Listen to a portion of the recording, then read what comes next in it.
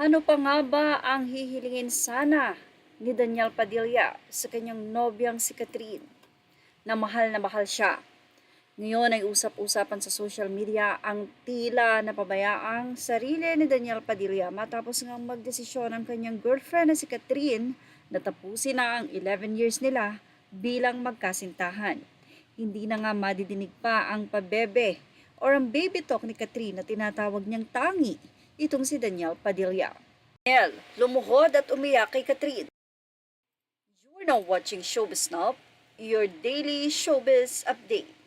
Halata naman talagang iiyak itong si Daniel dahil nung nagkita sila nitong si Catherine Bernardo sa Omega event, tinangkapan itong lumuhod kay Catherine at halatang-halatang nagsusumamo ang binata na patawarin na siya.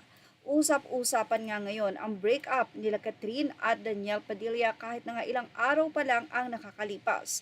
Ayon sa marami tila napapabayaan na raw ni DJ ang kanyang sarili. Ito'y dahil sa hindi siya handa at hindi niya ina-expect na tuluyan ang makikipag-split sa kanya ang girlfriend ng ilang taon na si Catherine. Ilang beses umanong iniyakan ni kapamilya star Daniel Padilla ang ex niyang si Catherine Bernardo. Bago raw tuluyang naghiwalay ito, yan pa ang naging pagbubulalas ni Christopher Min. Sa isang episode ng Showbiz Now na kamakailan lamang, sinabi ng kolumnistang si Christopher Min ang nalaman niya mula sa kanyang source.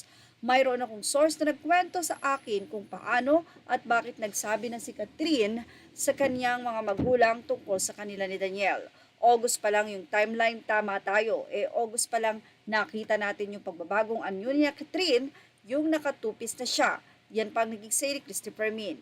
September si Daniel pabalik-balik daw na umiiyak, bumabalik kay Catherine, pero matigas na ang puso ni Catherine Bernardo dahil ang dami-dami nang nakakarating sa kanyang mga kwento na ang iba ay dinismiss niya sa kanyang isip at puso.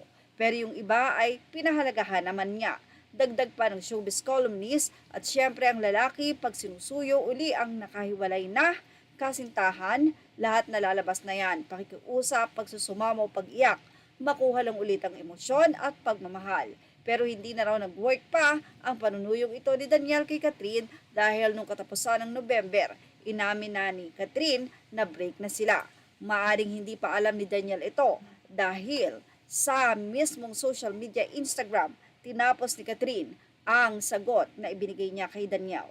At ano po masasay nyo rito? Napakasakit naman talaga para kay Daniel ito pero sabi nga walang pagsisising nasa una. Ito'y laging nasa huli. Yan ang ating Showbiz Now update. Images are all credit to the rightful owners and thank you for watching Showbiz Now.